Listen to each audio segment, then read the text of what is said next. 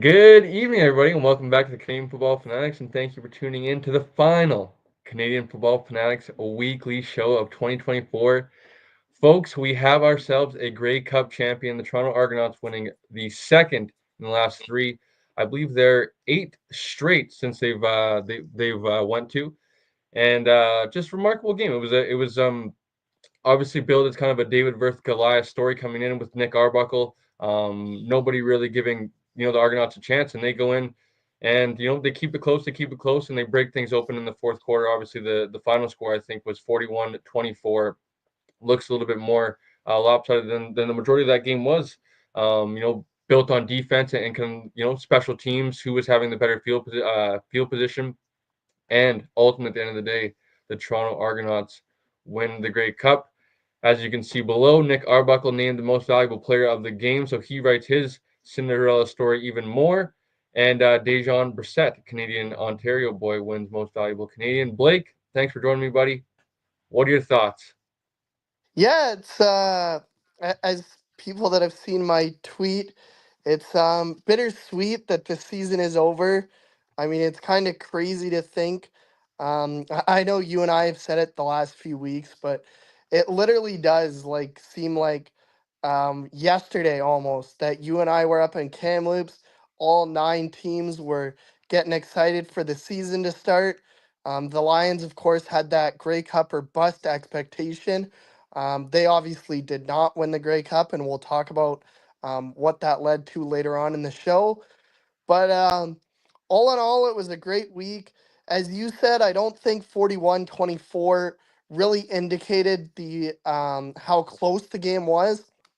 It was 17-16 with about 8 minutes left in the game. And then the Argos would get three interceptions in a row. One of them was a pick six, the other one down to about inside the 10-yard line, which led to a touchdown. And the third one, which was actually the first of the 3-0, led to a field goal. But the Argos, man, they deserved it. As much as, you want to talk about he who shall not be named, the diddler, as coach likes to call him. They did enough. Like we talked about it at the beginning of the season.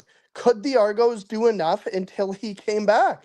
And that's exactly what they did. They went 5-4 without him. He comes back. He leads them to, I believe, a 6-3 record with him as the starter. They win the Eastern semifinal. They go into Montreal. They upset the Alouettes. Even with him getting hurt late in the third quarter, Nick Arbuckle did enough in that game to steer them home the victory because they still had an entire quarter to play. And then, very similarly, Nick Arbuckle again did enough to keep the game close in the Grey Cup. In that first half, he was able to have it at 10-9 at halftime. The Argos would get a rouge to tie the game.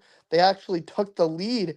And as much as Willie Jefferson, who is the Bombers' best player on the day, tried his best to will his team to victory, it just was not enough.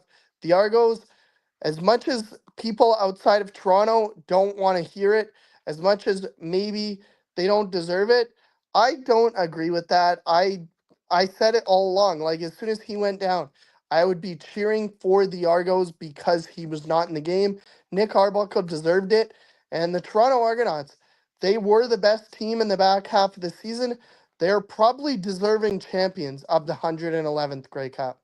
Yes, Blake. A lot of places to discuss, and we'll talk about them. We'll wait for Coach to join us here momentarily.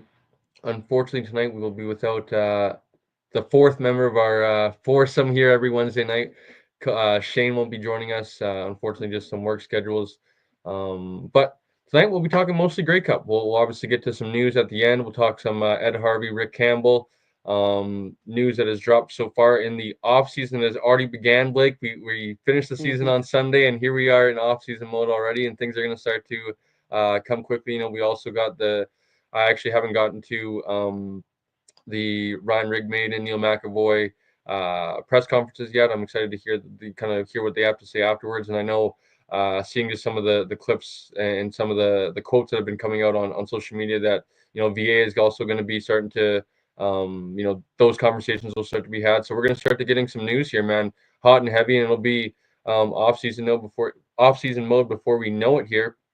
But Blake, before we get back into the show, buddy, as always, like, comment, subscribe to everybody that's tuning in. I just actually got us up on Instagram. Apologies for everybody that's tuning in over there a little bit late. But as always, on Instagram, Canadian Football Fanatics, on YouTube, Canadian Football Fanatics, and on Twitter/X @_CF Fanatics. You guys can follow us, find us on those platforms. It'd be greatly appreciated if you guys followed, subscribed, and continue to share it to everybody that's in our community. Just because it's the off season doesn't mean our content's going to stop here. I know we got some exciting stuff that'll be coming out, Blake. With maybe some news that'll be dropping and us doing some emergency shows and whatnot. So the content won't stop. But that brings us perfectly to bring in Coach Phil to talk about the Greek. Thanks for joining us. How you doing, brother? Good, brother. How's it going? We're doing well. We're doing well. Excited to talk about the game. Excited to talk about our time at Grey Cup. And just kind of, it is a little bittersweet, but excited to kind of put a bow on things and talk about the season as a whole and celebrate the Toronto Argonauts, I guess, for tonight. So, Coach, I guess what were your kind of biggest takeaways? Me and Blake were talking about it, and the Argos completed the David versus Goliath. Everybody kind of counted them out going into the game. Was talked about heavily of the point spread going in. 10.5. I believe it started at, got down to 7, I think, and kind of got the conversation kind of grew from there. What are your Yeah. thoughts on Toronto kind of finishing the job, if you will? Well, other than the butt naked woman that was running on the field drunk, that scarred me for life. It was for my first Grey Cup, man. It was everything you could imagine for it to be. The game starting out, man, it was slow, but it was a fun, slow ball control. Neither team, Hmm. good goal line stands the first couple drives. I was really looking forward to the matchup for the running back matchup between Kadeem Carey and Brady Oliveira, but in shock, Brady only had maybe one good carry, and that was in like the second quarter. He had that one big break, and I was like, oh, he's starting to cook right. He's about to start cooking, and he only had nine carries, Mhm. I nine, think I think 11 Oh, carries, 11, sorry. two 11 carries, catches, and how many catches? two. 2 catches. Two catches. Like how do you get away from Brady? That he's what carried you most of the season. But to give credit to Toronto, that front line, they did everything that I said that they were going to do. They were effective, but that secondary stepped up and made you couldn't you couldn't wrote a better script for Toronto, man. So I'm happy for him. But the question is, what's going to happen with Winnipeg? What do you All How, right, think? how, so is that where we want to go then, boys? We want to start with Winnipeg here tonight, and we'll finish kind well, of with the just champs? one thing before we go to Winnipeg, Cole. Coach, how about Benji Franklin? All three games Yeah, in the playoffs, he had an interception. Two of them he returned for touchdowns in the Eastern Final and the Eastern Semifinal. that's And just he had nasty. 4 That's total, I nasty believe. work. That's nasty Did he work did right he there. get two? Yeah, you're right, Cole. He had two in the East semifinal. So Yeah. And he He had had 4 one. games. He actually it was 3 weeks, 3 weeks, weeks in a row. He's had interceptions. He had one yeah, yeah, against every Ottawa. game in the playoffs.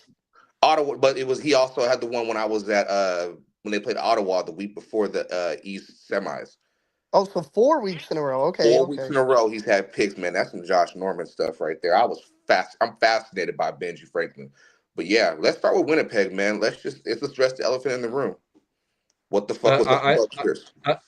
I think before we get to Buck, Coach, I think we got to start with a little bit of positive for them. And I know a big man that you're a fan of, I am as well. But Willie Jefferson, man, unfortunately for him, best. I think it was going around quite a bit of best player on the field. It was quite obvious of his impact on the day. Obviously, the 6 tackles, 2 sacks, forced fumble on the strip sack on Nick Arbuckle, and the incredible interception. I've seen that play kind of in flag football before, but to do that in professional football, man, is just incredible. And I tip my cap to Willie, and it's unfortunate that it has to come in a losing effort because man, he left it all out there and was like Blake just said a moment ago, try to will his team to victory and just unfortunately couldn't.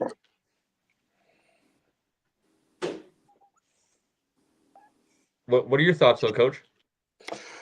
I felt Willie should have won MVP. I think just from everybody's performance, Yeah, the quarterback's gonna get it. Nick managed the game Eli Manning style very well. He didn't do too much. He did just enough. He did. I think he threw one interception. He threw one interception, He right? threw two. You too, but I mean, the one to Willie is kind of like it's hard to blame him. Nah, you kind of did, but for Willie man to have the stat line that he put up, and I even called him. I called. I was like, man, this dude. I'm standing right next to Paul LaPolice and Farhan, and I was like, he's going with MVP. He should win it regardless, but somebody got to win it, and unfortunately, in a losing effort, Willie just didn't. It's what happened. Yeah, Blake, what do you think? Yeah, I think Willie had a great game. I agree with Coach that it's a little unfortunate that he didn't win MVP. He forced a fumble as well, right? So he was in on all three defensive stat categories. He had a sack, an interception, and a fumble. That's just amazing. But like, I don't know if you guys both saw it. I'm sure you have, but even they like right after the game, the TSN clipped his interception and said like, "What a play by Willie J." And Willie was like, "You know what? Like, what I was paid last year is not going Price to be went the up, price baby. that I am paid this year." So that makes me think that Willie J is going to go where the money is. He's done with respecting the team. He's done with those hometown discounts, if you will. Like he was on both those teams that won Grey Cups. So he has those two rings. He does not care if he wins another ring in Winnipeg or where he wins a ring. I think it's about winning one more ring for Willie, and that man wants to get paid. He deserves it. I mean, He when, does. when I spoke with Willie, we spoke the day before, and then I saw him in the tunnel prior to the game, and you could just tell from his disposition, from how he was carrying himself, he was about business. That's the Willie that I have been calling for all season, and for him to do it, yesterday's price is not today's price. You gonna have to pay for Willie J. And quite honestly, this is just me. I would love to see Willie in BC. Talk or explain. I think he would be a great fit in BC's defense. The speed. He's still got a lot left in the tank. RP needs that in the front line. He didn't get it inside the trenches with the tackles, but you can move Willie around where he is effective. Him, if Matthew Betts leaves, that's one thing, but you're going to get a guy who is a stud wherever Willie chooses to go. But I think he would be a really good fit with BC. I'd obviously welcome him with open arms. I'd wonder kind of what he's going to command, this offseason. And obviously, as you mentioned, with Matthew Betts, would probably have to be out of the picture. Lines you have to sign, Standback's a free agent. McInnes, they're going to have some guys they need to bring back. But if they had an opportunity to bring in Willie, I think, definitely would be into that. But I guess should we kind of get to an offensive talk about Winnipeg and kind of Zach Collaros, Buck Pierce? We talked about Brady and kind of unfortunately for Brady, he was just left out of the fight almost, if you will. I think he had 13 total touches, which is crazy because 3 or 4 nights before he'd won most outstanding player of the entire league, and you kind of go away from him like that. I think is very puzzling if you're Buck Pierce.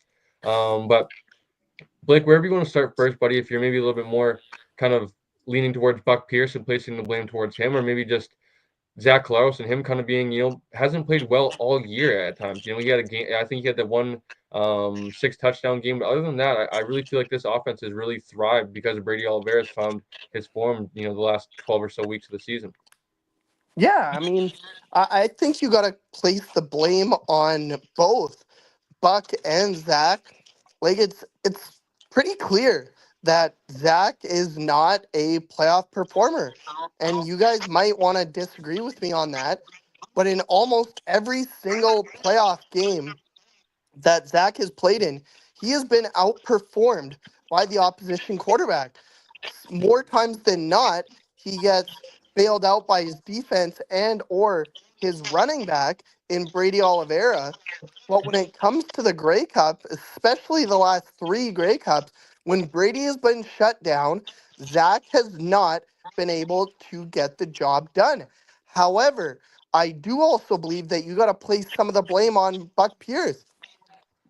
Like Hmm. after Zach got hurt, and all three of us, of course, and Shane as well, who's unable to join us tonight.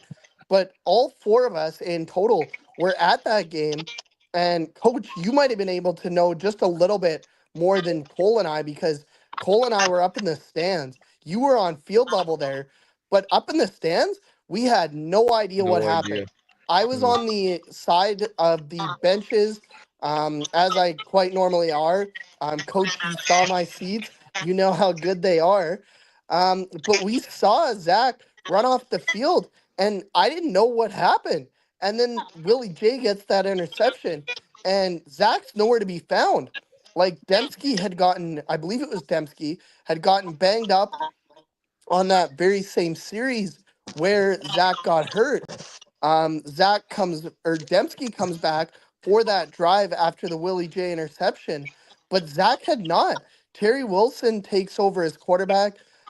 When Terry Wilson took over, I even said to my seatmate, I looked over to him and I was like, I wonder if this is the concussion spotter saying that, Zach, you got to go get checked out for a concussion. Because I was even looking on my Twitter feed. Nobody knew what was going on. It was very hush hush. We found out after the game that Zach had a cut on his hand. He came out in the media and said the cut was so bad that he could literally see inside his finger. It needed to be stitched up. But Buck definitely deserves some of the blame. Like when Zach comes back into the game,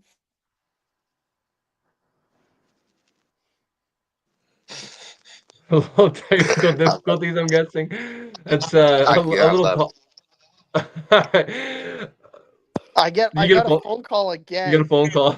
Yeah, That wasn't but no. that They that don't very phone call between all of that. that very first play call was a shitty one. Like I Yeah. love Buck Pierce. I loved him when he was in BC as our quarterback, but it was a very shitty play call. Number one, you're deep in your own territory. Give the ball to Brady. Feed Brady. Yet Buck, with an injured quarterback and a glove on his hand that he has probably not worn all season, he is not used to wearing, and yet Buck says, screw it. We're going to go deep. And 9 out of 10 people can probably tell you what happened. The ball got interception. There was Hmm. no need. It was a what? I believe it was still a 1 point game at that, or no, I think Toronto had just scored. So it was an 8 point game at that time. It's still a one possession game. There is absolutely no need to throw that deep ball. And for Buck to do it is like, Pretty I have no ballsy. other words, so I'm going to use the word. It was idiotic. Like that's what it was. It was not smart. Yeah, It. and if you before coach goes, you Yeah. look at the play-by-play numbers and Brady having 6 carries in the first half. As you mentioned, Blake, it was a 1-point game till late in the. What was the final? Or when did they start getting the picks? The first pick six there. 8 minutes. Um, 8 minutes8 minutes. to go. So not using Brady, I feel like is just such a whether that was the game plan or not because of not having much success against them in the regular season. Brady, I'm talking about in the 2 games they faced Toronto, Brady was kind of quieter, and maybe that's what came into play. But at the same time, Zach Collaros hadn't been like wasn't playing well, so like to keep banging your head on the against the wall was just very silly considering that we talked about the 2 catches as well. They didn't even try to get Brady involved out of the backfield as well. Some of this a screen pass or something, some of these swings out of the backfield where he can get them the ball, get him some touches. He wasn't really utilized at all. But coach, what are your thoughts on just kind of Buck Pearson and Zach Claros overall as well? It's another great back-to-back great cuts where he only had about 200 yards passing. He finished with what was it? What they say it was 20. I have it right here. 1 second. Yeah, he only had 202 yards. The year before, he had like 222. That they just game planned well. Buck got too aggressive. Why would you, when your quarterback is hurt, do you try to be super aggressive with the passes? Especially for y'all to know that play quarterback, if you can't grip that thing at the top and put that, and I think it was the index finger. Yeah, When you can't put that finger at the top of the ball right there for the index, get that good flick, you're gonna have a bad day. Zach is predicated, man. And I was like, I even went to when Blake talked about it, like, was it his head? Was it like what because there was a couple plays he was woozy. But Buck, you screwed up. Run the ball. Run the damn ball. I've been preaching that all season. These offensive coordinators have these great running backs. They're watching for these defenses. Are looking for the pass. Run the damn ball. You got the best running back in the league. And don't even get me started on why he didn't utilize Dembski and Kenny Lawler.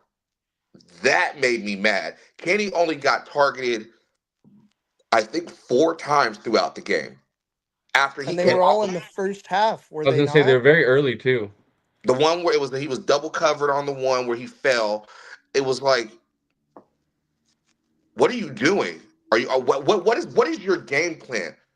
Like They I know almost like they're used. I think they were used to seeing them play a lot of zone. The week before they played a lot of man. So now they mixed up the coverage. They mixed in a little bit of everything. And credit to Toronto, they did that.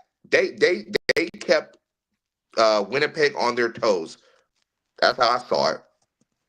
yeah, just a very frustrating afternoon. I'm sure if you're Winnipeg fans, kind of in the stands and wondering, what's going on. And obviously, it was a close game, so you're kind of, almost waiting for Winnipeg to just take over in the fourth quarter. And it was just almost the opposite of what we kind of seen from Winnipeg late in games.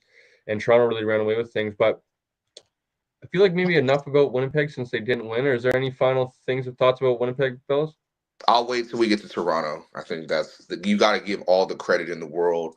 There were some things that we talked about leading that last show. We were on the money, y'all. We were on the Hmm. money with a lot of things Toronto Hmm. had to do to be successful. So let's just get into that. Yeah, Wait, so wait, let's there, let's start with the defense, I think, for sure. Or what? there's Wait, Sorry. one final thing, yeah, before we go on to Toronto. All three of us, we've been on this bandwagon all season. For whatever reason, Milt still believes Winnipeg is that D word. Can we all please agree the dynasty is dead? Like they ain't no dynasty. You can't lose more games than you win. mm-mm. I agree. For sure. Ends the conversation for sure. And let's end Winnipeg's talk until next season or until some news comes out. But let's get to the champs, boys, because man, what a run for them. I believe I forget. I don't know if it was Matthew Shinetti or that talked to Winton before the game and asked him, how do you guys feel about the kind of the 10-point underdogs, everybody counting you out, and he said, man, once that game kicks off, it's 0-0 and we're on an even playing field. So I would imagine those guys were as motivated as ever to kind of, you know, who cares what the spread is? Who cares who's everybody's picking? They lace them up just like we do. They put their shoulder pads on. They strap up their helmet just like we do. It's football at the end of the day. So it was cool to kind of see them really embrace that and shocked maybe from the outside, but everybody I would imagine that locker room believed the entire time that they were going to win. But let's start with the defense because they were able to, I feel like, carry them to victory there late in the game with all what they were able to turn over. And we talked about Benji Franklin, his amazing interception. But Coach, I know you're on field level. You got a pretty great view of the pick six there. But let's talk about their defense, boys. Winton McManus, he's been doing it all year, and that defensive line as well. And some of those ball hawks that are on the secondary really came to the forefront for the Grey Cup. Let's start with the fact that Win McManus is, to me, so underrated and so underappreciated. Yep. You get I understand. I call him. You guys know I call him a toothpick wielding assassin. He's that good. And when we automatically think of linebackers, we think of them as thumpers. We think them as hitters. Witten can do it all. Especially he can get it on the pass rush. He can stop the run. He can play in coverage. You saw him get he should have scored on that pick six. I don't know how he didn't score. But that whole defense, they did everything that I thought they needed to do. They needed to mess with the timing. They weren't afraid to be aggressive. They weren't overly aggressive. That their secondary played to perfection what you have to do to mess up a team that's predicated on timing and precision. That is Winnipeg's offense, timing and precision. And you got to give credit to Benji Franklin. You got to give credit to Tavares McFadden. Actually, Cole, I've been waiting to tell you this. Funny quick story. As we were leaving the field, Tavares McFadden, I can't remember who it was. There was another guy with him, and he said he was because you saw the player that was on the one knee crying, right, for Winnipeg. Yeah, yeah. He said, "Y'all got to get off that Stefan Diggs shit. That shit played out." I was I was rolling. I was like, "Wow." And the I love that. Winnipeg guys hear it, so it's Yeah, like, yeah. real. I was He like, didn't wow. care. Eh? He was talking shit. But give credit to that secondary. It wasn't like the beautiful part about that defense was it wasn't just the front line. They played as a unit. The same thing they did when they beat Winnipeg the first time. They played as a unit. Last year, it was a little different. They were more individuals coming off the Grey Cup. Now they had different pieces and they actually worked together. Because when you have a guy like a Jake Seresna, a Wynn McManus, a Tavares McFadden, the big personalities. Sometimes it'll rub teammates the wrong way, but they played well together. Everybody gelled. Nobody was bigger than any other man on that defense. I fucking loved it. Yeah, and it was cool to kind of like, Winnipeg obviously kind of made it clear early that they wanted to go deep. They took the shot to Kenny. They obviously connected with that deeper pass to Ontario Wilson, I believe, for maybe 50 or so yards. But other than that, man, they did a great job of keeping things underneath, rallying if they did catch it, and really just strapping stuff up like all day for the most part. Nick Dempsey wasn't able to create any separation underneath, and obviously you can maybe argue that he was battling through some stuff, but no guys were really able to generate any sort of separation and get open underneath. And then you know I believe, what was it, Deshaun Amos and Robert Priester obviously had the pick six, Hmm. were the other two interceptions, but just a phenomenal effort by them. But we talk about the offense, and I think Nick Arbuckle, and I believe coach, I liked how he put it, the Eli Manning his way to the most valuable player. I feel like going in, he just didn't need to fuck it up, right? And he didn't fuck it up. He threw two interceptions, but he didn't make any game breaking bad mistakes late in the game. He let that be Zach Collaros, right? And it was good that he was able to get a little bit of uh, Kadeem Carey wasn't the most effective, but I think he had I think it was just under 80 yards and a touchdown. That's all you Maybe need. could have been That's all you and need. that's all you need. Exactly. You need Kadeem Carey to be effective when called upon. They didn't really call upon him maybe as much as I thought they would have, but he was effective when called upon and really helped Nick be in those manageable down and distance, and not have to force things downfield and make easy throws where you could get some first downs, move the chains. And you look in the first half, they only had 3 field goal drives. Not great. I mentioned actually on Twitter right away of I know Bobby DeBow hates when teams kick inside the 20-ish yard line. The Argos had the ball down to the 1 yard line on the first drive they have.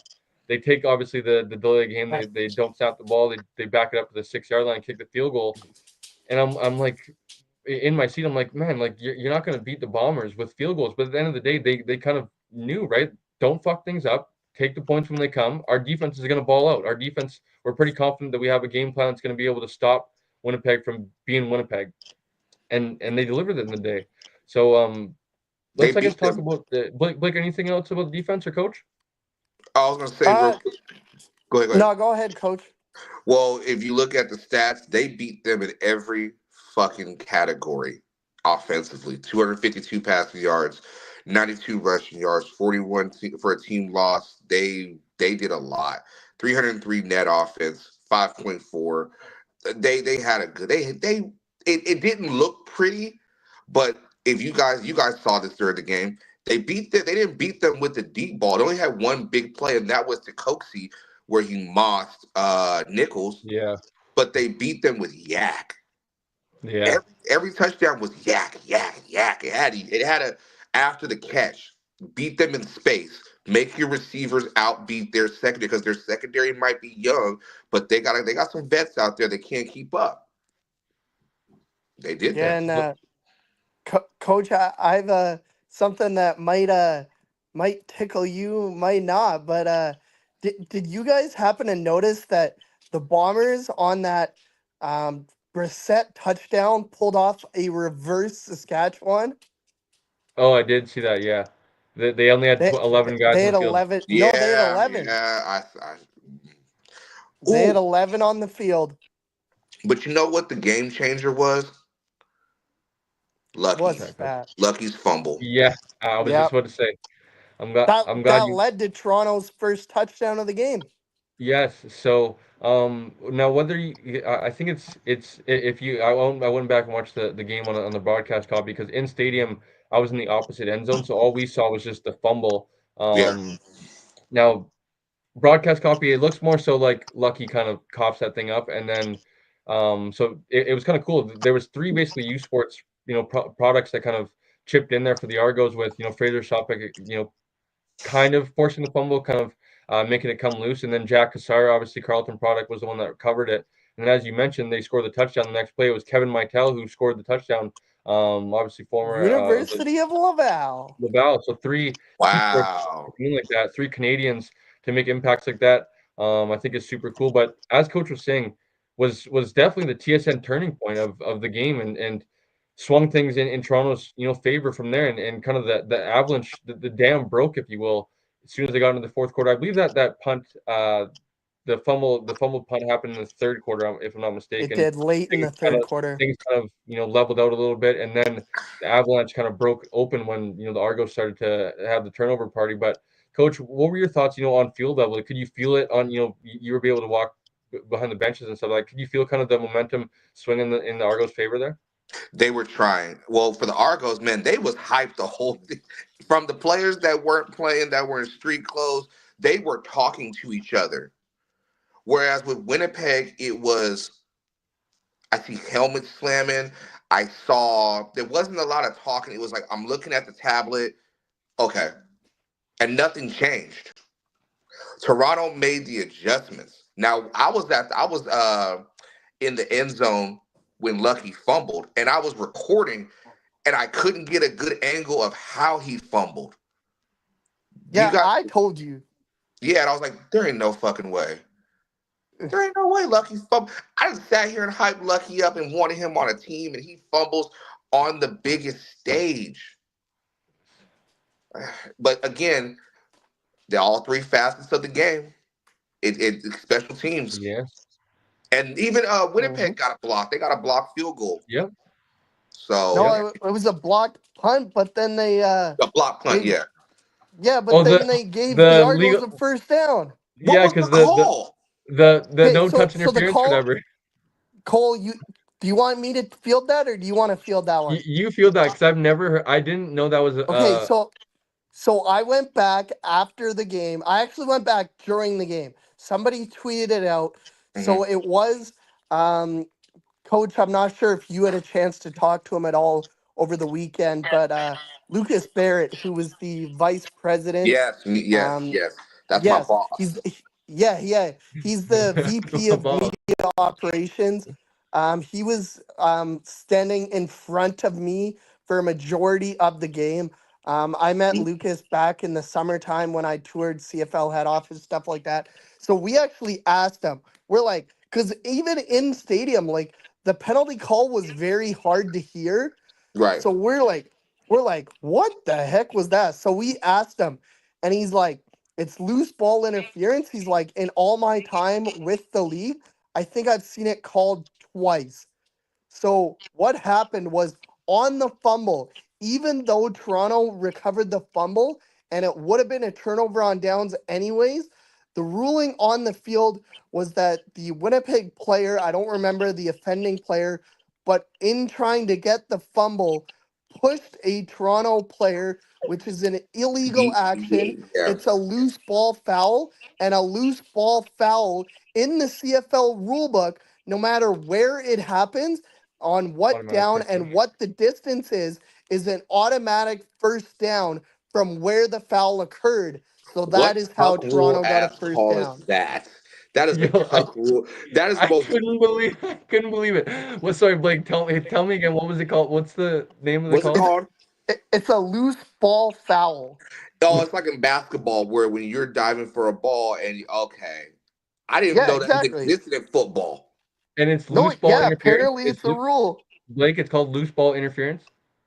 I believe that is the official call, loose ball Yeah, interference. I couldn't believe it because I heard the call, and me and a couple buddies like looked at each other like, yeah, you ever heard loose ball interference? And because he said automatic first down, we're like, I've never heard of loose ball interference. It was the most puzzling thing. But as he said, obviously, only heard it two times in his time with the CFL. It must be a rare thing and to see. But I guess should we talk about Nick Arbuckle, fellas, and kind of his story? He wasn't signed, was contemplating maybe walking away from the game, ends up getting signed to the Toronto Argonauts basically because Chad Kelly's situation happened and just needing a veteran presence in the locker room. And here he is, Grey Cup MVP, Grey Cup winning quarterback. And I would imagine this will give him, opportunities, whether, people think they like it or not. I would imagine he's going to get an opportunity going into next season, whether that's as a starter or a backup. He'll get an opportunity in some sort of camp, considering going into this year, he didn't have a job. So good for him, kind of completing his, Cinderella story. But Blake, what are your thoughts on Nick Arbuckle and just him, winning a Grey Cup here? Yeah, as I said at the beginning of the show, I think it's deserved. Something that I forgot, we kind of like all three of us, as most of the world really, have kind of like tried to forget about COVID as much as possible. Hmm. But going into COVID, Nick Arbuckle was one of the most coveted free agents. Like, I believe he was signed, I believe it was Ottawa. He was with Yeah. Calgary, and then Bo Levi left the first time, or he was injured, something like that. I believe it was injured because he didn't leave until a couple of years ago. Is that right, Cole? Yeah, I believe so. Yeah. Yeah, yeah. So Nick Arbuckle became the starter in Calgary. He led Calgary to like a West final, a West semifinal, something like that. He was one of the most coveted free agents going into COVID. He signed with Ottawa, and then because of COVID, like so many players, he never played it down with the Red Blacks. He's kind of bounced around the league. He even admitted, like back in the spring when he didn't even get an XFL job, like in his post game interview, which you guys both saw as well, he was almost done with football. And his wife was like, nah, like, Nick, you got to give it one more chance. Like, give it one more chance. And Toronto called. They made him the backup to Cameron Dukes at the time. Everything happened with the diddler. And then it's just really an incredible story to be the Grey Cup MVP. It is, man. It's just literally you could write movies on it, man. Like it just him not having a job and kind of being put in this situation. But Coach, what are your thoughts on Nick Arbuckle and him being Grey Cup MVP and Grey Cup winning quarterback now? Uh, Congratulations to him. Obviously, man, he did. It's so hard to step into a situation and have to be the guy, but that's the point of being a backup. You got to be ready for whatever. But I like the way that he went about it. I like how he had poise. He looked comfortable out there. He didn't look like he had to do much. I saw when he made that one run, that showed me that, oh, it's going to be one of them days for Winnipeg's defense, because if he's able to run and step up the ladder, he's going to be good to go. He was comfortable, went through his progressions very smoothly. He didn't look wavered. And yeah, he had the two interceptions and all that, but you can sweep that under the rug. It happened. But managing the game is so much harder than people really think. Big time, Mm-hmm. You have especially in the no CFL. Oh yeah, you have no room for error. You can't fuck up. You can't just keep it in gear. That's all you got to do. And he did that. So very happy for him. I want to see what's going to happen next season. I'm not going to sit here and say he's going to be the starter out the gate, but what are they going to do? Oh, my. Ryan Scott, Cameron Dukes as well, right? I think Oh, that's an Brian interesting. Scott. Brian Scott deserves to be a starter. Brian Scott I think deserves it's to be in I think Ottawa. it's a great conversation though, Coach, because obviously, uh, you know, the diddler, broke breaking his leg. I would imagine he will probably, maybe close to ready by next season. But I would think, if you're Toronto, maybe having a guy like Nick Arbuckle on the roster to at least stabilize you for the, say the first month of the season or something like that wouldn't be a bad idea. But as we also saw, I believe Cameron Dukes had them 2-2 out of the gates this Yeah. season before he eventually wasn't the guy. And so I think they're gonna have options. Brian Scott's obviously been talked very highly in that building. So It will be, I think, interesting and probably a decision that needs to be made of where they want to go here, just in case Chad's not ready for next season. But I also think it shows Toronto's stability, no matter who's at quarterback. I've said it almost from the beginning of the season of just how they're built, offensive line, defensive line. They're going to protect their quarterback. They're going to run the football, and if they can get their guys downfield. I've said it a few times as well. They don't really have necessarily a number one receiver. They have a bunch of 1As and Bs and these 2s and 3 guys, but they make plays when their O line gives their quarterback time to get downfield and stuff like that. And I think who's that quarterback will be interesting, but They are a um, football team. That's yes, what they're Yep. great just. football team. Mhm. Um, I guess that kind of maybe concludes kind of more Grey Cup talk, and we can talk maybe about our time there. But lastly, just shout out to the Toronto Argonauts, man. As coach said, just a team effort. 1 through 53, those guys, earned this championship.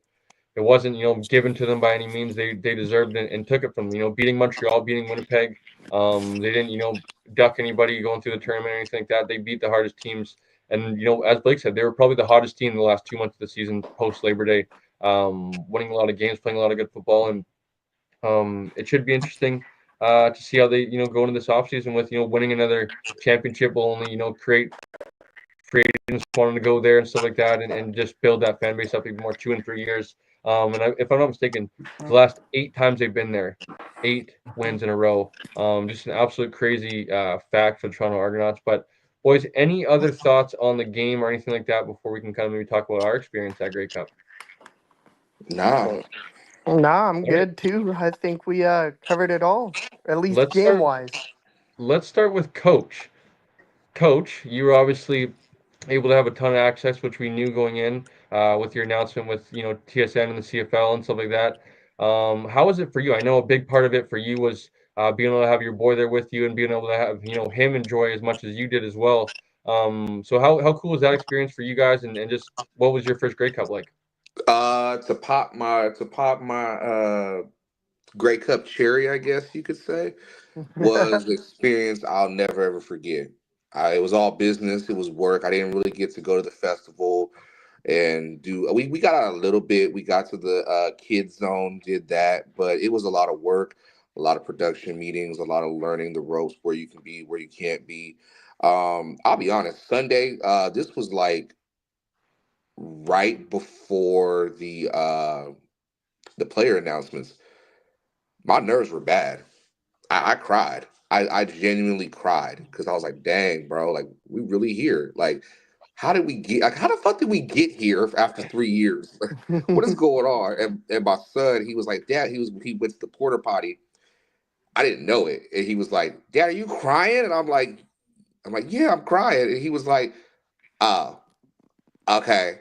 And then walked away, went back in the meeting room. I was like, I thought it was gonna be a special moment. Like, it's okay, Dad. We're here. He's like, oh, okay. Nasty. But no, it was and I will say something on a funnier note. I despise every single last person in the group chat on Instagram because they Okay. report when the woman was running across the field. And I'm standing there and I'm thinking because y'all saw she was running kitty quarter. And I'm thinking, is she running to me? And they're like, oh, and they're in the group chat talking about, oh, she was going for Coach Phil. I was like, and I'm thinking about what would I have done? Do I like let her hug me? Do I keep my arms out? Like, Oh man, that I was got too good. Blake over here. I know Blake gonna say something. So either way, I'm in trouble. Blake ain't no help. Blake But probably got the camera out or something. oh, Nah, Lucas, I didn't get the hey, camera out or no, nothing. Lucas was like, don't record that. And I was like, I had no intentions of it. I mean, it's on that. It's everybody can see it. Beautiful. There, Well, that Uh, that one guy that posted and it blew up had like 35 plus thousand views or whatever. That's he's a BC Lions fan. Like I follow him. I believe you probably do follow him as well, don't you, Blake? Yeah. Just funny though. But There's the one on TikTok too where like the person is like 3 or 4 rows behind me, it looks like, and you can totally see me in the background. Cause oh, like my group chat is like, oh, there's Blake in the background. Oh And god. I'm just staring like at the whole thing because like I'm like you guys, I am focused on the game, and then all of a sudden the game stops, and like coach said, he was standing right in front of me when it happened, and like she was coming towards us, and I was like, what is going on? And Like the BC place security sucked. They just didn't do Literally. anything. they They just they They kind just of just were let her do walking it. by. They didn't do anything. I was, I was like, what? Oh god. suppose that I don't know if you know, Coach. There's this local sports TV show called Donnie and Dolly. They kind of cover all BC sports, but they mentioned how like this has been a problem in the past before, with like BC plays security and stuff like that, and just not letting Yeah. or not really being on the ball, if you will, when streakers happen. But in all my years of going to games, I've never seen a female streaker. So check that, I guess, off the bucket Hey, list. If Yeah, check it off our list, I don't fellas. think I've ever seen it either. no, it's a lot of, schlong and unfortunately, but coach, let's get back on track. Talk Yeah. to us about covering the game on the field and stuff like that. The cool stuff that you were doing before as well, and on Saturday as well with deep in the game and stuff. So I had a couple episodes of Deep in the Game that I recorded. I'm working. I got a lot of fucking editing to do, bro. It's crazy. This is the most footage I've gotten live ever. So I have to go through everything, and a lot of the guys that was there, they were all photographers. Nobody was really recording because TSN owned the rights. I was the only one that was recording because I can't take a picture for shit. And it's funny, like being on the sidelines and you hear everything. It's just normal football, so I was cool with it. But the production stuff is crazy. The big crane, and you that thing is scary in itself. Not trying not to get knocked off by that. Yeah. So it was a lot of fun, guy. I can't wait for next year. Do it all Yeah, over again. absolutely. Blake, let's get to you before we get to myself. How was your ninth Grey Cup? Yeah, so this was 9. Next year will be my 10th, so I'm definitely already looking forward to that. But it seems like every year, like it gets better and better. You meet more and more people through the CFL family. I know that you might talk about this, so I will not as much. But this was the second time that I had been able to get to the CFL Awards. I had been there once previously, but you and I did that together. Man, I went to the Spirit of Edmonton breakfast for the first time, and like I said, as soon as I left, like it will not be the last time. That was amazing. The CFL Fans Fight Cancer event, like I know there was some stuff with the place that it was held and long lineups and stuff like that. But the work that like the organizing committee and stuff like that did, they raised $75,000 towards childhood cancer and the Michael Cuccione Foundation. So that is absolutely amazing. Probably had one too many cold ones, if you will, because I ended up with a Jake Mayer signed jersey. But other than that, no, all joking aside, it was a really great time. It always is when you're hanging out with the CFL family. You and I got to do a little bit, probably not as much as we'd hoped, just because, as I'm sure you're able to attest to now, especially at Grey Cup, it's a lot of go, go, go. And if it's not like pre planned, like literally months in advance, it's very hard to make your schedule sync, but the stuff we were able to do together was pretty fun. You and I also went to the Fan State of the Union together. As I said, we went to the awards, so it was just an amazing time. And to be at home for the Grey Cup, to spend that with of course McKenna and Jackson and the rest of my family, it was something that I hadn't done before. So to be able to share the Grey Cup with them was pretty special this year. Yeah, man. Well said, first of all. Um, I honestly don't even know where to start. I would just start with just how positive of an experience I had and just how fun it was. I'm definitely gonna remember this weekend forever. And I know people like say that a lot, but just like being like in that atmosphere and stuff like that was super cool. And being around kind of the festivities and stuff, it was super cool to kind of experience that, and definitely something that I want to keep experience, and unfortunately, I don't know if I'll be able to catch up to you, seeing as that you have quite the head start. But I would definitely love to start, kind of making this a tradition of going to Grey Cups every year. It is a year away. I don't know about Winnipeg. I definitely want to go to Calgary, but just like so much fun. Like the as you said, like definitely hard to plan and to kind of get everything in, not as much as we could hope, but that doesn't mean like the days were just so busy and doing stuff all day long and meeting people as well, like meeting Shane, meeting Jason, what was super cool for the first time. Um, but yeah, I honestly like it's like so bittersweet because like you get that like high of being around people and you got to go I back home and know. Right. it's like this is so weird, especially like going back to work like the next day. It was just like like Tuesday was Real like, life. and like I because I took worked Monday off. I kind of like worked by myself a little bit too, which is like a little bit rare. So I was just like, man, like listening to a podcast. Like I was just in a stadium with like 52,000 people the other day, like just like having such a good time. It was cool for me to kind of like blend, you know, both of our worlds with like getting a little bit of more access with our media pass, but also like really enjoying my time there, right? With kind of like going to the awards and trying to do some stuff there and trying to vlog a little bit of our day on Sunday, but then also like going back up in the stands and like really enjoying it with I went with a group of like probably 18 or 19 people, including Carly, and like I don't know, 15 of them weren't CFL fans at all. So like introducing them to kind of like the CFL and stuff like that, and they had a great experience and want to come back and like go to future Great Cups, which I think is like my ultimate goal of like kind of like hoping to like brainwash other fans that like watch football into watching the Canadian football because of how good it is and how great our league is, right? And like to like dude, that was just like so cool. That's why like I'll remember it more so than like the like I'm obviously gonna remember the football game and everything like that, but like the memories that I was able to create with obviously you guys and kind of like my friends as well was just like more than like I could have ever asked for. And I'm super excited for next Grey Cup, honestly, and adding to number two and obviously hopefully coach doesn't get too far ahead of me and next year going. But is there any other thoughts, boys? Maybe we'll get into some news here after any other thoughts on you guys this time?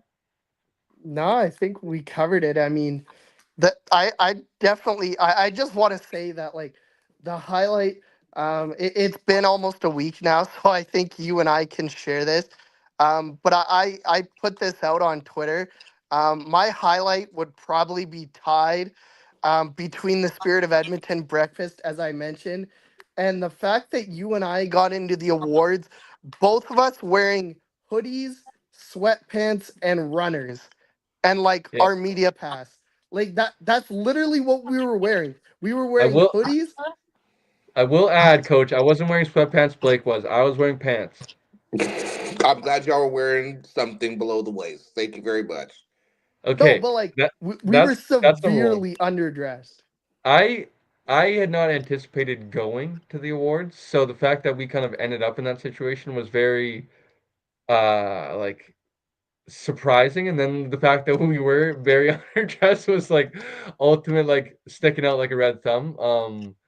But it was fun. It was cool to like go in there. It was maybe a little bit almost got ourselves in trouble with asking where we needed to sit, and everybody got their seats pre awards, but Pre-assigned, yeah. um we figured it out, which was cool.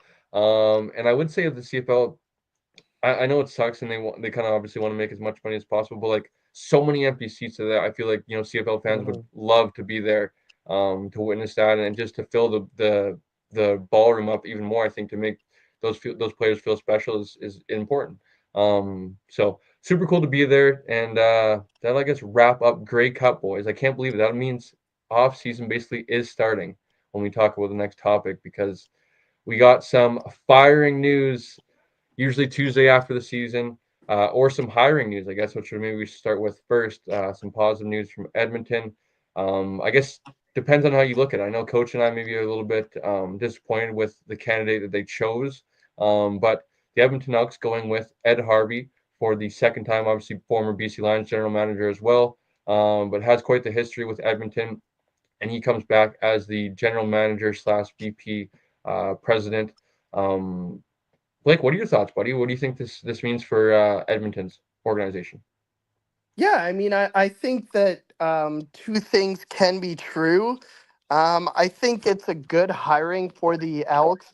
Ed Hervey was the GM of the 2015 Grey Cup winning team, which was the last time that the Elks franchise won the Grey Cup. But I think it's also disappointing for the three of us that it was tweeted out by, I believe, Farhand first, that G. Roy Simon is no longer part of the organization at all. What? Like yeah, Farhand tweeted it out. G. Roy is gone from the Elks organization. Get the fuck out of here. No, they let him go when they hired Hervey. They let him go. So G. Roy is gone from the organization. I Man, would come home. expect. Come home, dog. Well, we'll get to that, coach. We'll get to that. But I would expect the same to happen for Jarius Jackson as well. Although I did not see any of the Elks press conferences. They have, of course, not named a head coach yet. Although in the Lions news, there was actually a surprise candidate that they've apparently asked to interview, and it wasn't the gentleman that we all thought it would be, at least not yet. But I would expect Jarius Jackson to also not be around in Edmonton anymore. So I think as a whole, it's probably a good hiring for the Elks. But for Jarius and Giroy, it's upsetting. Like Giroy cut his teeth with the Elks organization. He was, of course, the assistant GM before Chris Jones was let go early on this season. And then he became the GM. And I think he did a pretty good job. I mean, that team, they didn't do enough to make the playoffs, but they finished the year 7-6 after firing Chris Jones, finished 7-11 overall. It seems like they finally have a handle on their quarterback situation. At least I hope so. For Elks fans, I really, really hope so. But like they have some positive momentum, and I think that Giroy is partially, if not fully, to credit for that. So to kind of show him the door unceremoniously like that is really, really unfortunate, and I think it looks really bad on the Alex organization. Cold ass business. Coach, I know you feel similar. What are your thoughts? I guess maybe we'll kind of talk about G-Roy, I'm sure, afterwards. But what are your thoughts on Ed Harvey, and do you know much maybe about his history and stuff like that? And just, is there any sort of positive words that you would say for the Elks and their hire? I like his quote that they had for Heat Business. I'm intense. I'm paraphrasing. I'm intense. I'm a winner, and that's what we able to do now. Is we're going to be winners. That's cool and all. I think I've done my little research on him over some time. He seems really good. He's got experience with the Elks. He's been there, done that. So it's good to have a familiar face. I want to make sure that I hope that he's relatable to the players now because it's not the same team as it was before. But Yep. maybe he can get the culture right. Keep the culture. Don't try to change too much. And I always want to see a brother win, but go ahead, Cole. Go ahead. Go ahead. Well, as we transition, I would imagine just to end the Ed Harvey, it would be conversation number one would probably be finding out who's your quarterback. Conversation number two is probably who's your head coach. Transitioning into our next topic of the firing of Rick Campbell, we also got the news of the promotion of Ryan Rigmaiden, and it's kind of What promotion? I pull You back didn't here a hear little about bit. that? I pull back here just slightly, coach, for a second here. To hang with me as I pull back. The promotion for Ryan Rigmaiden ultimately means, if we go back to our conversation, kind of leaves G-Roy out of a job. You look around the league of any sort of openings for any sort of general manager I positions. wouldn't be It's I wouldn't be so sure about that, Cole. bringing him back to BC. Yeah. I would love that. That's like kind of the conversation where I'd want to go, and I would hope so. I would obviously I'm more hopeful than anything, but I would probably push back on you, Blake, in the fact that Neil McAvoy didn't leave as well. So obviously Ryan Maiden comes in as general No, manager. I Neil realize that, McAvoy Cole. still obviously former co-general manager. I would imagine will take like he'll obviously relinquish some of his duties, but I would think like wanting to help Ryan, he will also help in some of those areas as well, which will probably shy away from bringing in a guy like Giroy. obviously I'd be hopeful, but I think that there's kind of like a too many cooks in the kitchen, kind of like where you get like you don't need another voice in the room. You already have two type situations. So like for me, that was kind of like bang bang, like because obviously I made it known that like I would love for it to be G-Roy to come to BC, and when it was kind of it was almost obvious once Ryan Rigmaiden declined the interview, even though BC gave him permission to go interview, that basically BC wanted him to be their guy. Coach, how do you feel on kind of like G-Roy being a little bit left out of, the party, if you will? Now you look across the league and they're, outside of BC basically bring him back because he's G-Roy Simon. Where else would kind of give him that, um, you know, respect? And obviously, hopefully it's somebody that sees a Hall of Fame receiver, one of the best to ever do it, an asset in their organization. The But best to ever maybe do it's it. yeah, thank you, like the best ever to do it. Um, Coach, what are your thoughts on him? Kind of just now he's left in the dark a little bit here. Coach, before you go, can I say something though? He's left out as maybe the GM, but there is a head coaching vacancy in BC now. Yeah, I don't know if because he doesn't have much experience. I don't know how that would work over. But coach, what are Mm. your thoughts? Uh, I don't have any words. I truly don't. I think being around G Roy, having built a relationship with G Roy, I want to see the OG win. But I just don't like the way they did business. I don't. And some players will say G it kind of came back and bit him in the butt for how he did business.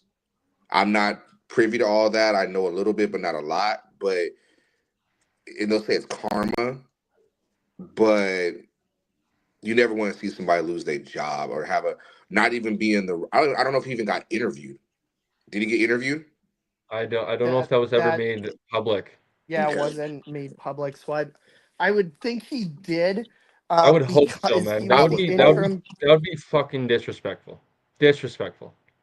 Just because he was the interim GM, I would expect that he did, but it was never made public, so we can't say for sure. Okay. Then if I think him going back to BC in some capacity would be within the front office. He has experience as assistant general manager. He's been an interim general manager. He has knowledge. He had that the team had a 7-6 record that still means a positive. He still can turn this. He's turned it around after all. If you can turn around the ship after what Chris Jones did, come on, man. There's you got to. I would like to see him either go to help out in Ottawa with Bobby Dice. I'd like to see him help out in BC, obviously. Hell, I'd like to see him in Saskatchewan. Well, Cole, we mentioned it.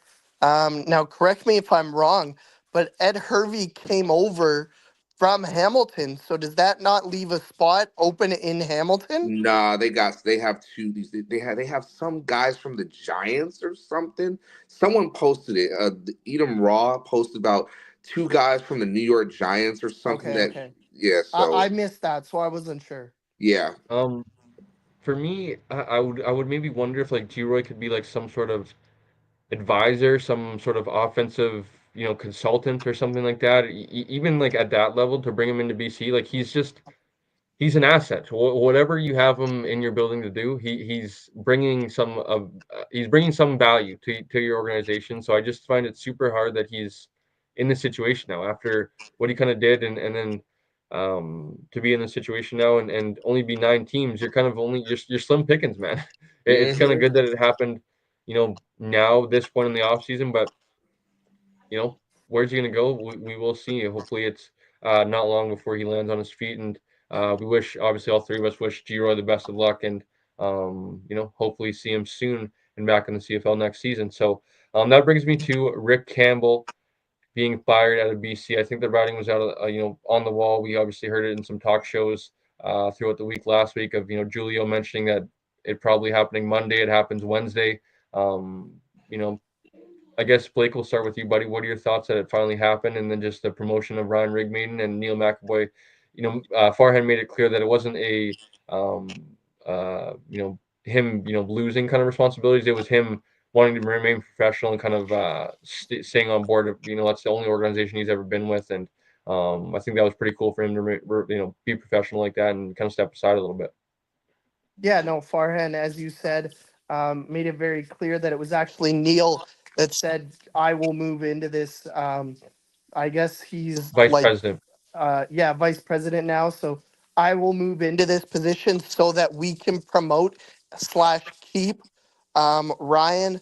As far as Rick Campbell goes, like, about time. I hate to say it, but like I said it the show a couple weeks ago. I kind of wish, and I get that the CFL doesn't want you to do it during the playoffs, during Grey Cup week, anything like that. But I kind of wish the Lions had done it the day after the West semifinal loss. Like, just rip off the Band-Aid. Rick Campbell wasn't good enough, and that's kind of crazy to say. His regular season record, which Farhan tweeted out with the Lions, was, 30, I believe, 38 and 30. 33 and Or- 21. Yeah, sorry. Yeah, so 33 and 21, but he was 2-3 in the playoffs. Like, he won two West semifinals at home. He lost two Western finals on the road, and he lost this year's Western semifinal on the road. Shane has been the proponent of Rick Campbell. This is the coach he is. He's a 500 coach. He can get you into the playoffs. If you're good enough to get a first round bye, he might be able to get you to the Grey Cup. Might be able to even win you a Grey Cup. He has a Grey Cup ring, but is he the coach that can um, get you over the hump? Like, I don't know. Like, he really did turn this team over. He was the coach that replaced Claybrooks, if I remember correctly, after the debacle of the Claybrooks season, and then of course COVID happened. So it was like, we do have to credit Rick Campbell a little bit, because after the Claybrooks debacle, the Lions were in deep, deep trouble. But like, it's about time. The room, it was very clear. It was made clear to me that Rick Campbell was kind of the problem, if you will. He didn't handle the quarterback situation right at all, and it was made very clear. Even VA at the end of the season admitted that he was basically disrespected by Rick Campbell when he came back from injury, and he was not handed the starter job back. It comes in boards all the time where you say that starters don't lose their job to injury. That's what ended up happening to VA. He lost his starter's job, and he's now going to get traded because of injury. It broke up the room. The Lions had a great start at 5-1, and going 4-9, including the playoff loss, just isn't good enough. Yeah. Coach, what are your thoughts? I can actually say what I can actually say it now. I don't think Rick Campbell is that good of a coach. I really don't. I think he's living off of the Grey Cup that he didn't really win. His team won it. Henry Mhm. Burris won him that ring. Greg Ellison won him that ring. See what I'm saying? Like them players won that for him. You kind of got lucky, my brother. So I can't really say. I mean, if they do get him to go to Edmonton, that's not the guy you want. Good luck to the Elks. Like, it's like, Why go I wish, back? Why retread? Why? If he couldn't get Mm. it done in because it's the old white man club. That's what we do in the CFL. We just You're telling this to a recycle. black guy with the NFL. Okay, all right. We I got. know, but I'm saying, I like, know. in the CFL, we just recycle coaches over and over and over. It's a tough look. That's what makes me a little bit nervous for whoever BC's gonna hire. I know I see Noah in here trying to wish bad upon us with taking Buck Pierce off his hands. No, I think a little bit of this probably is a slightly recency bias because he's had a bad year. I guess we could probably say them. However you want to slice the blame offensively this year with Zach, and them just not looking like themselves. Slice it however you want. Mm. Buck Pierce in the Grey Cup is just unacceptable and something that I really, whether it's William Stanback, whether it's a reunion with James Butler, whoever the running back is in BC next year, I don't want that situation to happen in big games where you just completely go gunslinger mode and you just rely on Nathan's arm. You have to be able to run the football, especially come playoff time, whether it's in BC place or not. you have to just be able to run the football, especially with a quarterback like Nathan who thrives off that play action and stuff like that. So Buck Pierce scares me. I know we kind of joked about in the group chat with the two names that Farhan mentioned, and Jordan Maximic and Buck Pierce being kind of the two front runners. I know Coach and I have been, I obviously that was my hot take, Blake, way back however many months ago it was that RP would be the head RP. coach. We are all banging that drum, I believe, and I don't understand why that is not even being considered, or maybe it's just Well, because he will be. why it's hush I hush. know you. No, I know. It's I was because there's a just gonna lack say. of insiders and stuff like that. Farhan's obviously only one guy, and there's only going to be a certain amount of names he's probably going to want to, release. So RP could very well be in the running, but we will obviously won't know until maybe something happens or something like that. But if not, I really don't understand the kind of Brian Phillips is homegrown. He's that's all he's known as being a BC Lion. So I just don't understand maybe the why they wouldn't go there before Jordan Maximic, who I think is kind of similar to Buck Pierce, where maybe it's a little bit more recency bias. Where 2022 it was he was the talk of the CFL of maybe the next head coach. 2023 I believe he interviewed with the Elks as well, and I think he's an Alberta guy. So was getting some of those interviews to maybe possibly be a head coach. Obviously, he came back to BC and now could potentially be BC's next head coach. I don't know how to feel about it. Personally, I would lean towards a guy like Ryan Phillips over the three names that have been mentioned in Buck Pierce and Jordan Maximic. That's just me personally. I think RP, a guy like RP would run a strict ship. There wouldn't be any shit being, kind of similar to, Ottawa and Bobby Dice of, the Rock Armstead. You can be the best guy on the team. If your shit isn't, if you don't fit in with the, the Lions organization and what RP is trying to build here, you can hit the door, man. So I would love that. And I think he's a winner. RP is a winner at the end of the day. And would bring that intensity to the organization. I think that is lacked with a guy like Rick Campbell, who just couldn't motivate anybody. I feel like, so I'm curious to see where it goes. But Coach, what are your thoughts on maybe where it could go for BC and who their next head coach could be? If you don't make Ryan Phillips the head coach, it's going to be a rough few years. This is the guy. This is your guy. This is the man that you need to have as your head coach. Yes, it was a lean year for the defense, but he has the voice, the presence, and the bravado to rebuild what Rick Campbell couldn't get done. And maybe if RP stays, but here's the thing: they already said that Vernon they're going to trade Vernon, Yep. so I think that's just the ultimate disrespect of what they did to him. But that's neither here nor there. As far as RP goes, if you don't make RP the head coach, but you make Jordan McSimic or Buck Pierce, then there's really a fucking issue going on. Big time, big time. Blake, what are your thoughts, bud? I have a dream coach. I But know. I like saw you. Okay, you said something, and you didn't want to. Are you gonna at least I tell it tonight? did. Yeah, I'll say the name. I don't think that this To person. preference, I you said mean, this is like a dream name that you don't think would have like is it very will not being never Who? talked about. happen. But like in all seriousness, I would like Farhan to get a shot. Like he's not gonna leave. No. Like hear me out, coach. Like he's not gonna leave TSN. I know that. But in all seriousness, like I would like to see him get a shot. A Like shot I, at what? at coaching in the CFL. I'm gonna go check on my shrimp and steak. I'll be right back. He said Farhan. Yeah, okay, but no, I don't know if I necessarily agree, but I would say I think Farhan would be great in football operations. I think personally, what I would love to see Farhan, President of Football Canada, yep. because But I like think yeah. Go ahead, sorry, Blake.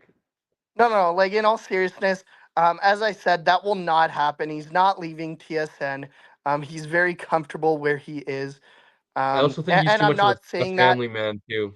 Yeah, I'm not saying that as a like personal statement. That is very much a professional statement. But I do agree with coach. Like I would very much like to see RP as the head coach.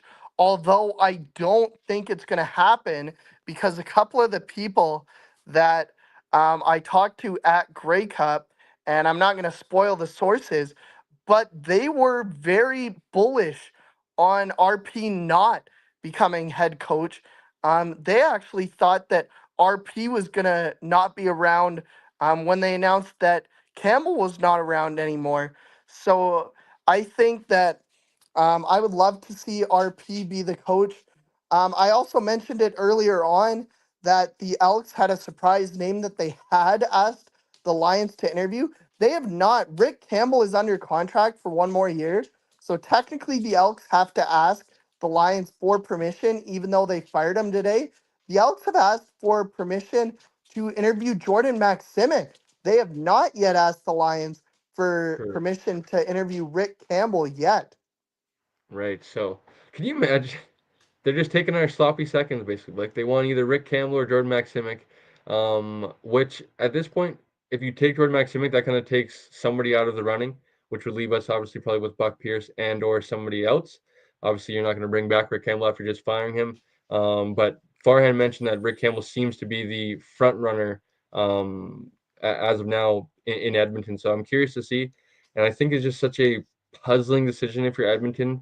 Now obviously we mentioned that there isn't many candidates. There's a lot of recycling in the CFL and where you would go if you're Edmonton, other than a guy like Rick Campbell. I actually did see a name that was mentioned by Dave Wardle on Hmm. Twitter, that he mentioned Mark Killam, and if there was any sort of rumblings or conversation of him being mentioned in these head coaching He openings, should a be. guy He deserves obviously it. longtime CFLer, special teams coach, and a guy that's well respected and highly talked of in the CFL, even outside of that Calgary organization. So his name really hasn't been mentioned. It's been quiet since he got let go. But I think another name that could possibly be in the running or enter the head coaching openings. But boys, I think that'll probably do it for at least coach for now. Blake and I will stick around for a little bit longer. But coach, are you I still think there? coach physically left. No, he's maybe he Coach, are did. you Blake, there? what did you do? I pissed him off, apparently. Um, before we get Coach out of here, though, Blake, what a fun weekend, man! Just to like bring it back to Grey Cup. It is so bittersweet that is tonight is the last show, and next week, uh, like Wednesday, it's gonna be weird. It's gonna be like what the like It six is. o'clock's gonna come. I'm gonna cook dinner and not have any responsibilities. It's gonna be weird. Um, Now obviously that doesn't mean things are gonna slow down here. I'm recording with Connor O'Neill of Canadian Football Perspective tomorrow. Well, I Probably was have that. just going to bring that up, Cole. There is Yes, one more one more Canadian game. football game left. Yes, there is, buddy. And we'll talk about that after Coach. We get Coach out of here, but having Connor O'Neill on tomorrow of CFP to give a little Banyan Cup preview. So that'll be actually the end of things after that. Maybe I'll jump on after that as well, or after the game on Saturday. But after that, it's off-season mode. Podcasts will start coming out again, and I'm excited for that. Have some cool stuff lined up for you in terms of Great Cup content. But Coach, we are What up? just I know, speaking on behalf of Blake, so grateful of you and joining us every week. I know it wasn't all season, but most of the year jumping on here, and how busy you are and your responsibilities of being a dad, and your channel and trying to grow that, and editing and all that, and all the time that it consumes. We appreciate you, Coach, for just taking an hour, 90 minutes out of your day on Wednesdays, and jumping on here and talking ball, and it's been a ton of fun. Hey, I love y'all to death, man. Y'all my brothers. And next season we're gonna do this thing again, man. We Of got Yeah, you. course. absolutely.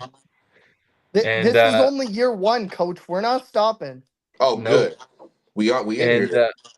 no promises on my behalf. I know Blake will see you there. Let's hope. Let's maybe speak it into existence. I'll see you Yes, boys in sir. Winnipeg next year, maybe around this time. But Coach, just because it's off season, don't be a stranger. I'm sure we'll do some sort of content in the off season, and we'll chat here and there on when some news drops and stuff like that. Take care of yourself, Coach. Tell the family we said hello, and give all our blessings down south. And take care of yourself. Yes, sir. Yes, sir. Y'all take care. Thanks, Coach. All right. Anytime. Thanks, Coach. That was Coach Phil one final time, buddy, until next year, until some sort of off-season content. I guess that brings us to one last football game to talk about a little bit here before we get out of here. That football game would be the Vanier Cup this upcoming weekend, this Saturday, which is cool. Not to kick off on Sunday, rival the NFL, and hopefully have as many eyes on it as possible. I know college football is on Saturday as well, and having to go against them is one fight, but going on Sunday is just something that I feel like is just not a winnable battle. So going on Saturday, I think kickoff is 10 afternoon. I a.m. our don't. time. What? Sorry, what was that? 10 a.m. Oh my goodness, I thought you said 8 a.m. our time. I was about to be No, like, no, no. 10. wow, that is a tragedy. 10 a.m. our time. That is great. That means I'm gonna wake up perfectly, uh, stumble to the couch and enjoy some Canadian football. Personally, Blake, we can pick if we want to. I am jumping on the Taylor Algersma train. That dude is special. I am super excited to watch him in combine season in the spring and kind of just Hmm. teaser. We're hoping to get him on the podcast. He is follower of the show. I know he consumes some of our content on Instagram, some of our boats and whatnot. So, Taylor, if you are Do listening, it, if you're Taylor. You watching, know you want to. good luck. Good luck, number one, this weekend. Um, Take care of business, buddy, because obviously you brought home Heck Crichton this year, OUA MVP, all the awards other than the Vanier.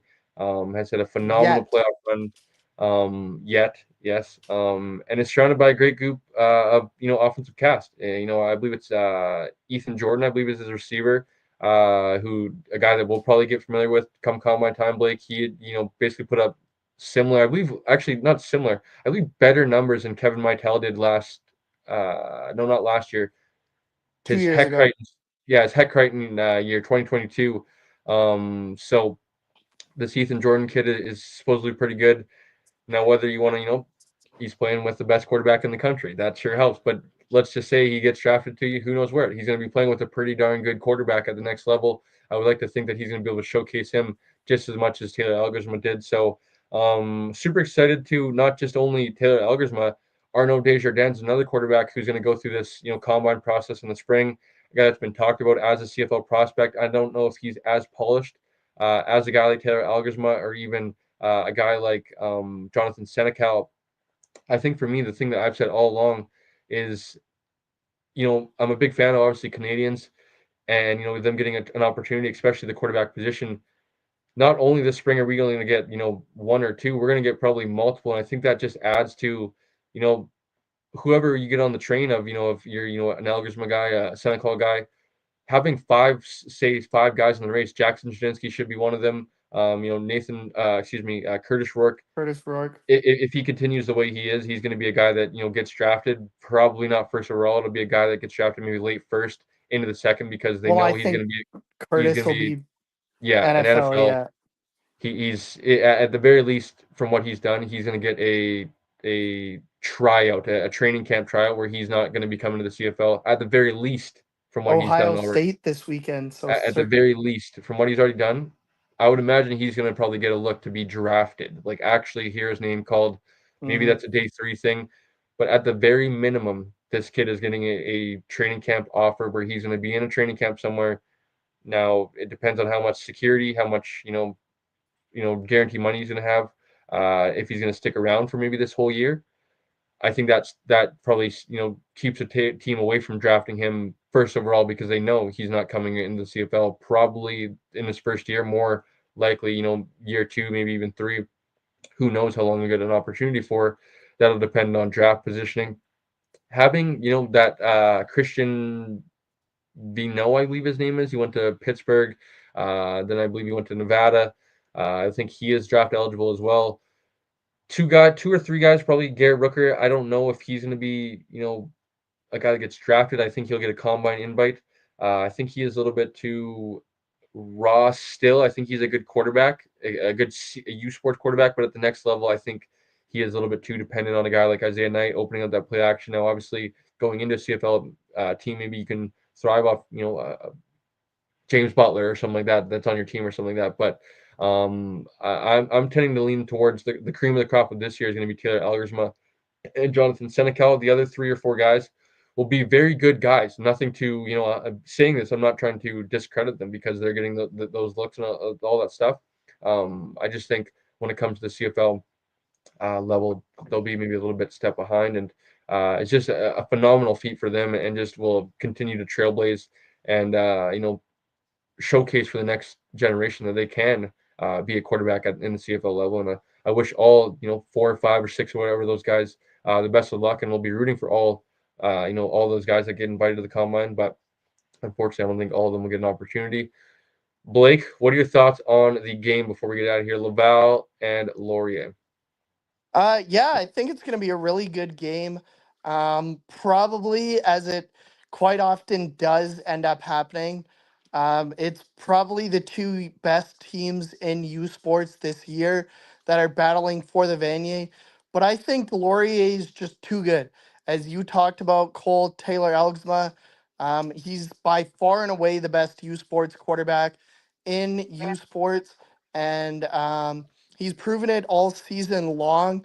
I think Laval is going to give them a fight, but I think Elgersma and Laurier are going to pull away at the end. And I'll say they win by 10 plus points. But before we get out of here for the night, for the season, can we just give some props to the Regina Rams? Like I saw, I believe it was PVRSE that Persevere, yeah. yeah, that tweeted on their Instagram just what an incredible run the Regina Rams went on. The fact that they were down 22-4 in week 8 going into the second half, a game they had to win to keep their playoff hopes alive. They came back, they won that game. They upset number 1 Manitoba to get to the Hardy Cup final in what ended up, of course, being Brian Dobie's final head coaching game. They then went into Saskatoon, beat their heated rivals in the Huskies to win the Hardy Cup. They led Laval for a majority. They were tied and or led Laval for a majority of that game before Laval scored the winning touchdown with 79 seconds left. So what the Regina Rams did this year with a 3-5 record at the end of the regular season really needs to be respected. And just you personally, Cole, like what you and Matt Young did. I know you guys kind of took the reins on the Canada West preview shows. What you guys did all season, it just added to the channel. It made it that much better. So I tip my cap to you guys both. And as far as the Vanier, as I said, I think Elgersma and the Laurier team will just be a little bit too much for Laval to handle. Yeah, absolutely, buddy. So, what a bittersweet night this is, my friend. Um, I've said it like many times here on the channel of like getting to this point and taking a breath of fresh air of like I am excited to kind of take a little bit of a workload off in terms of like getting Mm-hmm. prepared and content and stuff like that. But at the same time, I am so bummed that this is the last time for now, anyways, that we were talking, CFL football, obviously for you and I, NFL still is alive and well, and it is about to get into a very important time of the year. But in terms of, I've really started to love like doing this, and like obviously maybe Mm-hmm. if you told me like 4 or 5 years ago loving talking about the CFL compared to like the NFL, you'd probably call me crazy.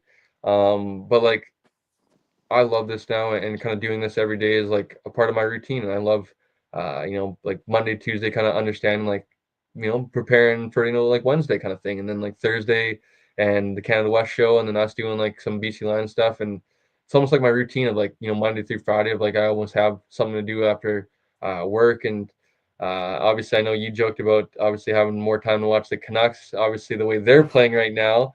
Don't know how much fun that's going to be. But just like super grateful, like ton of feelings right now, like grateful, sad, happy, obviously. Um, also like very excited because of like what we've said all along and like all season long of this is only the beginning, virtually year one of what we built here. Last year was put together like very last minute and still not had I didn't have really a clear direction of where we kind of wanted to go here on the YouTube channel. And finding my niche with Canadian football because of having some experience playing football and just understanding like there's some really good talent up here, and it shouldn't be ignored. Not only in Canada, but like in North America. Like Coach being one of them. We obviously ran into Reed Johnson, Yep. Mark Cast, of people North American wide, even worldwide, man. Like I look at into the YouTube stats every once in a while, like who's tuning in our video. Sometimes we get people like tuning in from like Italy and across the world. It's obviously Hmm. only one or two views here and there and stuff like that, but you can see like a percentage of where somebody's tuning in from, and to grow the game is just super cool. And super excited to see where we go, man, because of obviously getting some media access this year with both of our credentials. Next year, hopefully, Blake, maybe you and I can sit up in the press box. It'd be a super cool, I think, experience for us next year to cover the lines. Do a post game show from BC Place, not have to rush out of there, and give you guys the most content and access as possible. Me, starting with the CGFL and BCFC, I think is only going to grow next year, and hopefully I can not only cover the Raiders, but hopefully I can cover the BCFC as a whole and really do a ton of good content. And U Sports obviously is me only really getting started of the last two seasons of really watching Canada West specifically. I'm sure it's only going to get better and better, especially when parents and kids know of like once we get into the spring season, we're going to be covering hopefully having guys like Taylor Elgersma on the channel and AK Gassam and some of these prospects we had last year, with Matthew Peterson, some of these guys that were getting drafted. Hopefully people know us by like where that account to go find when we want to get to know like CFL prospects or even CFL players and stuff like that. So this is only the beginning, and I'm so excited for where we're about to take this in year 3 and 4. And when we look back at this, and obviously I'm sure there's going to be some cringy moments of the first few times on cameras and our first few shows, but I think that's going to be like some of the best memories as well, of like going back years from now and watching how raw we were because of where we kind of grew this thing. And especially for you and I both, of like basically picking this up without any experience in me personally, like with like any sort of tech savviness of like understanding how to edit thumbnails or like videos and stuff like that, Yeah. to like now where we are as well is like super cool where we're going with that sort of stuff. And it is going to be one heck of a ride, buddy. But close this out, what are your thoughts one last time before some off-season shows? Yeah, like I don't think I can put it any better than you did, Cole. Like other than I know I highlighted your the comment that you put from our YouTube channel. Just thank you to everyone for tuning in all season long. It was crazy. Like at Grey Cup, I had people come up to me and like I'd introduce myself and they're like, "Oh, you're Blake from like Canadian Football Fanatics," and like people that I had never met before that I had no idea that tuned into the show, like from all across the country. You and I getting to spend time together was pretty special. It's just it's been a whirlwind from May till now. I'm gonna enjoy the off season a little bit. The holiday season is crazy to think, but it's just around the corner. So to be able to spend a little bit more family time, I know McKenna and Jack will be happy about that. And it's just it's a lot. So again, thank you to everyone for tuning into the show all season long. Cole, you and Matt doing the Canada West show, pregame, postgame, like whatever you guys were able to do. I know I wasn't always able to join you, but I hope that the weekly show at the very least, I tried to make that a very big priority. Pregame, postgame, I tried to do as much as possible, and it's I've said it all year long, but it's true. Like that media access only gave me the itch to want to do this more. So next season, I can't wait for it to be here. I know personally, I got a lot of stuff kind of in the spring, like early spring, that I'm really looking forward to. The Telus Cup Major Midget Championship is kind of at the top of the forefront right now, but soon as that'll be over, the calendar will flip to May and it'll be training camp again, and we'll be doing this for season 2. So it's just it's been a ride, and thank you to everyone for joining us, and hope that you'll be able to do it again next season. Yes, and I actually shouldn't forget. I know you would probably mention this as well if But BC High School semifinals, I believe, this weekend. Yep. I see 55 Tristan actually is tuning in over on Instagram. I apologize, Tristan. We can't see your chats through the StreamYard thing. So just checking back and forth. But he mentioned, the Robert Bateman game this weekend, and I know I believe your New York New West Hayaks, I believe, got knocked out, if I'm not mistaken, We correct? did, yeah. But Senior varsity, our juniors are in semifinals tomorrow, though, so still one more chance to go to BC Place. and I was going to say, nonetheless, folks, if you guys can get out to BC Place, a world-class facility. I know I heard so many good things about BC and us hosting in BC Place specifically. One last thing, Blake, all jokes aside here, but I didn't mind the Jonas Brothers. I actually thought it was pretty good. So did I. Yes, I love it. I love that. I was definitely a little bit, skeptical going in, but I was, it was nice. It was good. But Blake, thanks, buddy. We will talk, I'm sure, later on. But folks, that'll do it for Blake and I for one season of Canadian Football Fanatics Weekly Show, and we will see you guys in season 2.